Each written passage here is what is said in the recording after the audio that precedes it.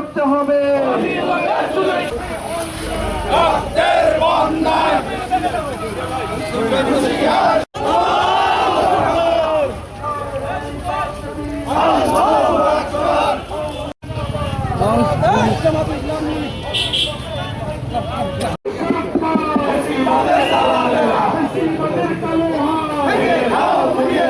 যে বাংলাদেশ একটি স্বাধীন দেশ, এদেশে এক ফ্যাসিবাদ চলে গেছে।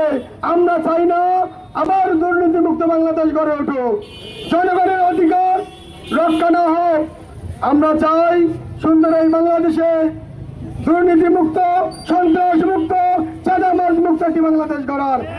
জুলাই গণঅভ্যুত্থানের কারণে যে বৈষম্য দূর করার জন্য আবু সাইদ মুক্তরা জীবন দিয়েছে, আজকে নতুন করে যদি আবারও সেই বৈষম্য শুরু করা হয়, তাহলে এদেশের ছাত্র জনতা আবারও রাজপথে নেমে আসবে। আমরা স্পষ্ট ভাষায় বলে দিতে চাই, রংপুরকে বলা হয় জান্নাতি জেলা, আমাদেরকে কটাক্ষ করা হয়। রংপুরে আমাদের বিভিন্নভাবে আমাদেরকে বৈষম্যের শিকার করা হচ্ছে। আজকে তিস্তা মহাপরিকল্পনা বাস্তবায়ন করতে চাওয়া হচ্ছে না। আমরা স্পষ্ট ভাষায় বলে দিতে চাই, যদি এভাবে বৈষম্য চলতে থাকে, তাহলে আমরা উত্তরবঙ্গ সহ আমরা গোটা দেশ অচল করে দেবো ইনশাআল্লাহ। এজন্য আমরা আসুন, আমরা আহ্বান জানাতে চাচ্ছি, আমরা নতুন করে কেউ ফেসিবাদ হোক, নতুন করে ফেসিবাদ ফিরে আসুক।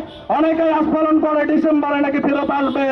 আমরা স্পষ্ট ভাষায় বলে দিতে চাই, আমাদের শরীরে এক বিন্দু রক্ত থাকা অবস্থায় নতুন করে ফেসিবাদ এই দেশে ফিরে আসবে না ইনশাআল্লাহ।